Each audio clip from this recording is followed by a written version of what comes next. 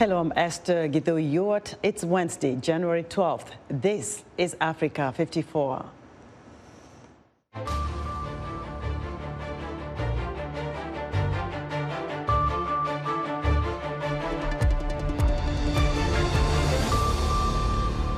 A car bomb in Somalia kills at least 8 in the capital of Mogadishu. The dry season heightens the conflict between farmers and herders in the Central African Republic. And we'll tell you how the telecommunications companies are changing banking on the continent.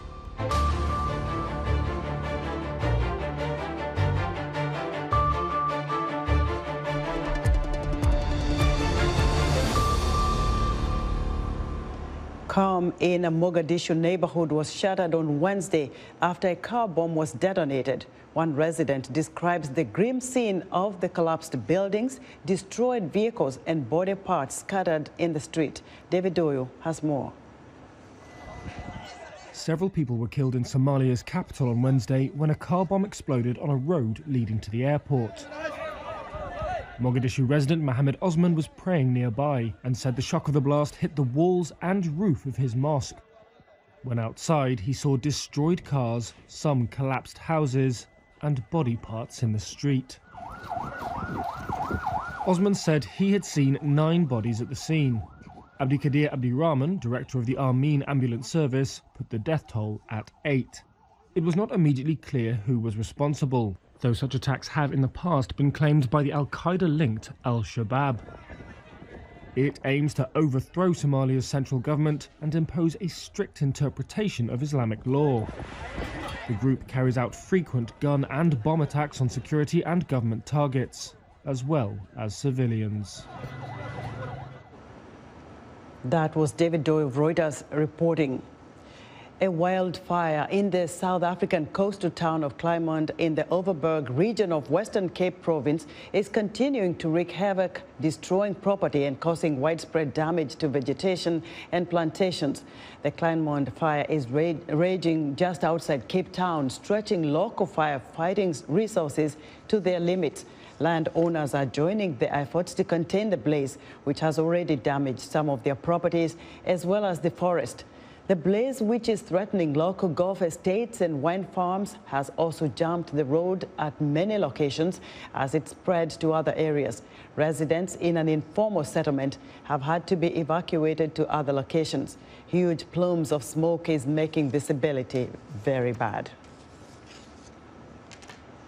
The dry season in the Central Africa region is causing a major southward migration of Chadian and Sudanese cattle herders into the Central African Republic in search of water and pasture. But the tens of thousands of livestock crossing farmlands is leading to conflicts between herders and farmers. Carol Ballard reports from Paoa in the Central African Republic. Fulani herder Mahamat Ali Garga's only source of income is his cattle. During the dry season, from December to March, he must travel hundreds of kilometers to find water and grazing lands and to reach southern cattle markets. But the journey is fraught with danger, as the Central African Republic has been in conflict since 2013. Today we're stuck. If we travel further, we could come across rebels and be subjected to extortion. But if we stay too close to villages, farmers will chase us to protect their land. For power-based farmers like Janvier Biensona, the nomadic herders are a menace as their cattle eat and destroy crops. A herd was definitely here. You can see the damage. To lessen the damage, we usually try to harvest our fields before the seasonal migration starts. Nomadic herders are destroying everything. Some farmers accuse the herders of supporting the rebels, who are also ethnic Fulani. After men in the town of Zereke stole some cattle in December, aid groups say herders sought help from the rebel group C.A.R. C.A.R, which stands for Return, Reclamation and Rehabilitation, attacked the town and burned scores of houses. The International Organization for Migration fears the farmer-herder conflict will only worsen. Migration corridors are not respected anymore. When cattle herders are crossing farmers' land, conflicts arise between them. There are houses being burned, attacks and killings. Despite the rebels siding with herders for the revenge attack, herders maintain they are also victims of the rebels. How can we partner with armed groups that already plunder our livestock? Cattle herders only want safety, that's it. If there's no safety, then they will flee toward Chad or other regions. In the village of Benankuma, a power-based mediation group, known by its acronym C.A.R, is struggling to lower tensions. Zal Thiebo-Wafio says the objective is to avoid revenge attacks between farmers and herders or assumed links to the rebels. Herders are far more persecuted than farmers. Frightened, some have already left the prefecture. This is painful for us. Our work started to bear fruits, and we see it blown away just like that. It hurts. Despite communal clashes, Wafio is optimistic he can make a difference. The nomadic Fulani herders listen to him because he's a fellow Muslim, he says, and the farmers listen to him because he's a local. Carol Valade for VOA News, Pawa, Central African Republic. Pope Francis on Wednesday urged governments to combat child labor, saying it was terrible that children who should be playing are instead working as adults or scavenging in garbage dumps for something to sell. Speaking at his weekly general audience, the pontiff also lamented that in many countries people are being exploited in the unofficial underground economy, working without benefits or legal protection. The United Nations International Labour Organization revealed in a report last year that the number of children in labor rose to about 160 million worldwide in 2020. The ILO report, completed in collaboration with the UN Children's Agency, says progress to end child labor stalled for the first time in 20 years at the start of the COVID-19 pandemic, reversing a previous downward trend. Adults in the United States usually catch 1 or 2 common colds a year. They're usually little more than an annoyance, but new research suggests they may offer some protection from a virus that's much more dangerous. Henry Ridgwell explains from London. It's a question that has puzzled scientists. Why are some people able to resist coronavirus infection despite prolonged exposure? So researchers at Imperial College of London set out to test a theory that a type of white blood cells called T cells produced by the human body to fight the common cold could offer some protection. Report co-author Professor Ajit Lalvani. Previous infection with common cold coronaviruses, so these are distantly related cousins of SARS-CoV-2, which causes COVID. So that such endemic common cold causing coronaviruses, that infection with those might induce T cells that would be able to cross-recognize and then attack the SARS-CoV-2 virus. And so that was the theory we set about to test. The study began in September 2020, before any mass vaccination programs and before most people had been infected with COVID. Scientists tested the blood of 52 people who lived in the same household as someone infected with the SARS-CoV-2 virus that causes COVID. Half of those sampled contracted COVID, while half did not. And what we found was that those contacts who had pre-existing T cells that were induced by common cold coronavirus but cross-recognize and attack SARS-CoV-2, people with such T cells didn't get infected. Current vaccines are designed to trigger an immune response that targets the spike proteins on the outside of the coronavirus that are able to mutate and escape immunity. In contrast, the T cells we discovered that mediate this protection are directed against proteins in the core of the virus, internal proteins, and these proteins are much less changeable. So essentially our findings provide the blueprint for developing a universal T-cell inducing vaccine to protect people against current and all future variants of COVID. an exciting prospect, but development of such a vaccine remains some way off. Meanwhile, the report authors emphasise that no one should rely on a common cold infection to provide immunity against COVID, and say vaccination offers the best protection. Henry Ridgewell for VOA News, London. Amid the COVID-19 crisis, many Americans have forgotten about the age-old winter sickness, the flu. But it is flu season, and some unlucky people are getting hit with both illnesses. Angelina Bagdasarian has this story, narrated by Anna Rice. In one 24-hour period in the first week of the new year, the California city of Los Angeles reported over 37,000 new cases of COVID-19. I'm just getting over COVID, so I just finished my quarantine, and it's terrible. It's awful. It happened so quickly. We had no idea, and all 4 people in my house are sick. Well, no one's coming into my house that's not tested. But Omicron is not the only problem this winter season. Doctors are now seeing cases of people becoming sick with what they're calling Flurona, infections of both the coronavirus and the flu. Infectious disease experts say it's not a new illness.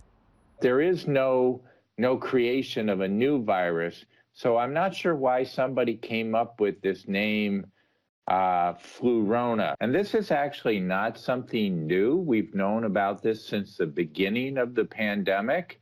But what's new is people have put a name on it. Los Angeles has already seen cases of Flurona. That's likely to happen more commonly in the northern hemispheres right now because countries in the northern hemispheres are going into their flu season. And we're also having a surge in SARS-CoV-2 cases because of Omicron. So it's likely we're going to see more people co-infected with both viruses. Timothy Brewer, an epidemiology professor at the University of California, Los Angeles, says vaccinated people are decently well protected and unlikely to catch Flurona. And if they do, they should have fewer complications. But as health experts keep saying, the disease, or diseases, are much more dangerous for the unvaccinated. I have my 3 shots, so I hope I'm safe with the blood of Jesus. I just usually just stay at home and go get food when I needed to. I'm a homebody anyway.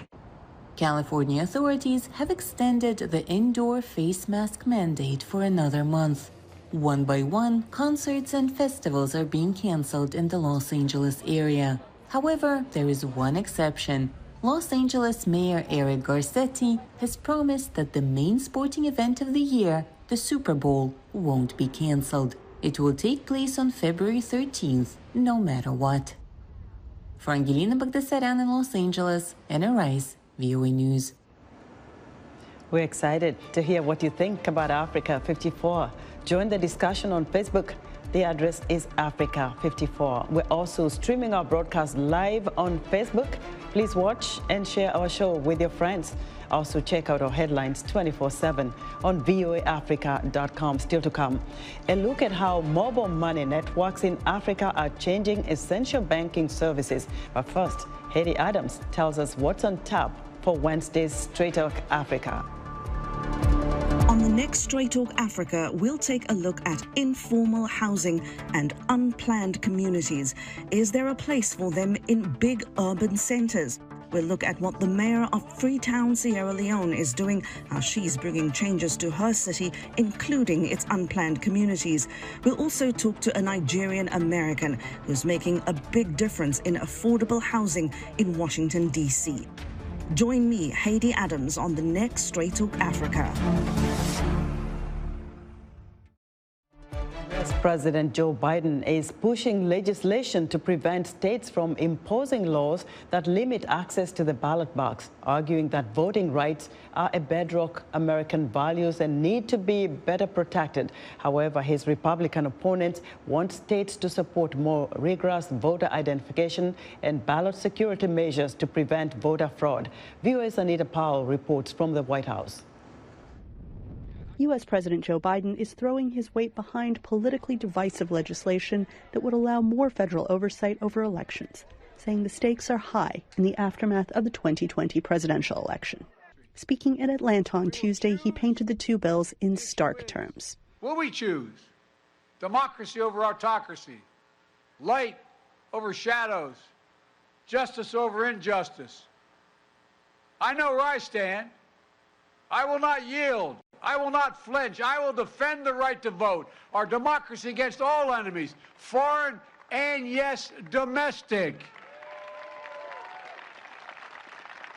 And the question is, where will the institution of the United States Senate stand?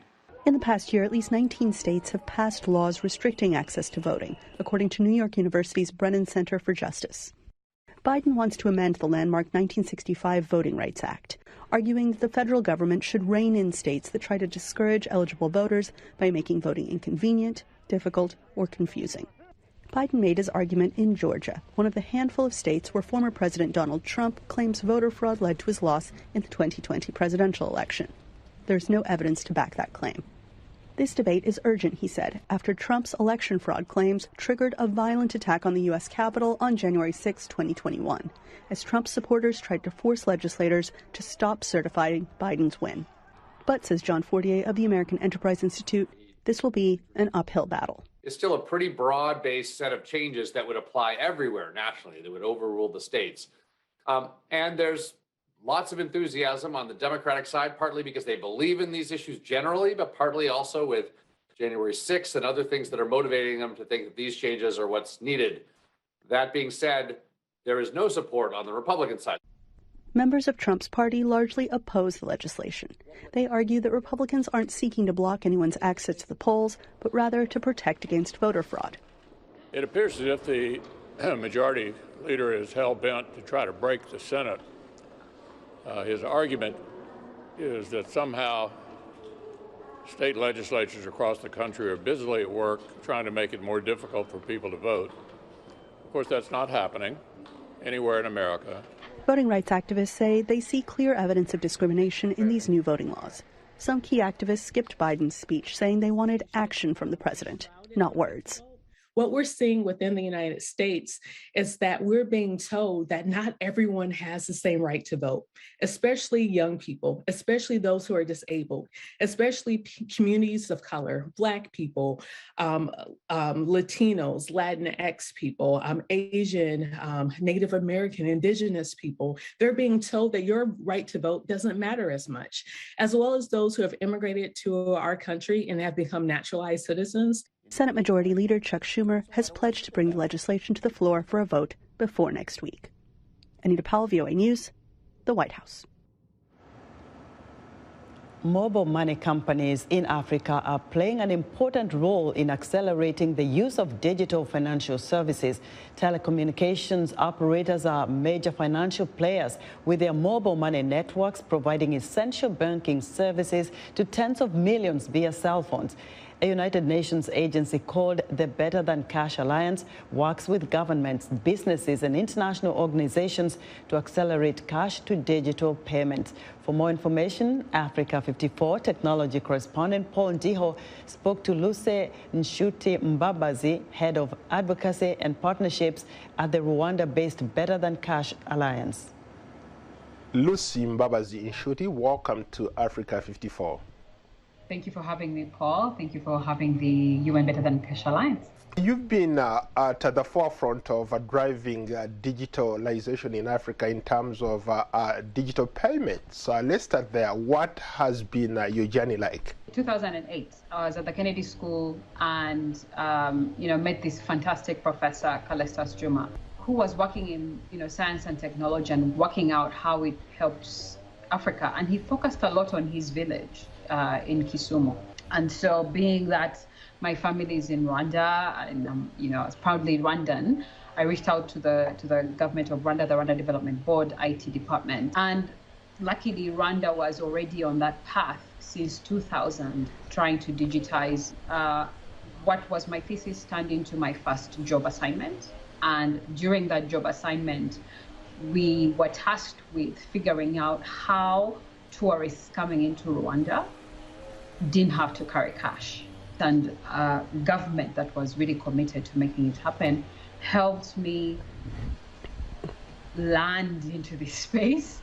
And when I recognized the economic power of digital payments, I figured I might as well park myself here and see the advancement of digital payments across the continent. You talked about how the government of Rwanda has been very instrumental in pushing this. To what extent do you think that the average person in, let's say, Ruhengeri or somewhere, can they accept those digital payments? Coincidentally, which is now Musanze, Ruhengeri is now Musanze district, is one of the first places that I went to, because they are the breadbasket of Rwanda.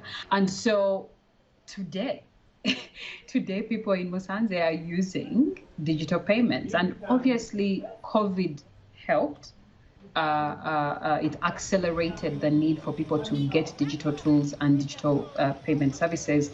And if you go there today, you will find so many shops and the markets accepting digital payments. When you look at the success of mobile money payments, let's say M-Pesa, are there some areas where maybe these multinational corporations, the MTNs, are they reaching every person that needs to access those payments? The telco networks have done a fantastic job of making sure that every place has at least a 2G network, right? And I think those are being upgraded to 3G networks, that whether you have a feature phone, which majority have, or a smartphone, you still can be able to use digital payments. But because of the profit that comes as a result of access, and Safaricom has shown this so well, is that you must get out. The customers, payments are a volumes game, profits in payments are a volumes game. The more people have access, the better for us. And so they've done the work of putting out the agent networks where people can go and digitize their cash. You talked about the issue, for example, of profit. A lot of critics say that all these telecom companies are in it for the profit at the expense of the average user. The ordinary people don't know how to use this thing. They don't even know the cost associated with some of these digital payments. At the Alliance, we have these principles that that give you a step-by-step guide on how you can be responsible. How do you win the trust of the user? I think designing for user needs, transparency is at the heart of more people coming on board. I need to know what this costs me. I need to know what it's going to do. I need to know what it can and cannot do. But fundamentally is when I'm at the point of payment, it needs to work every time. And if it doesn't work, I need to know why it hasn't worked. If my money has gone by mistake, then I need you to tell me there was a mistake. Here is your money back as quickly as possible. I hope, Paul, you will be a champion of digitization of our economies, and really that this is done in a responsible way that benefits everyone.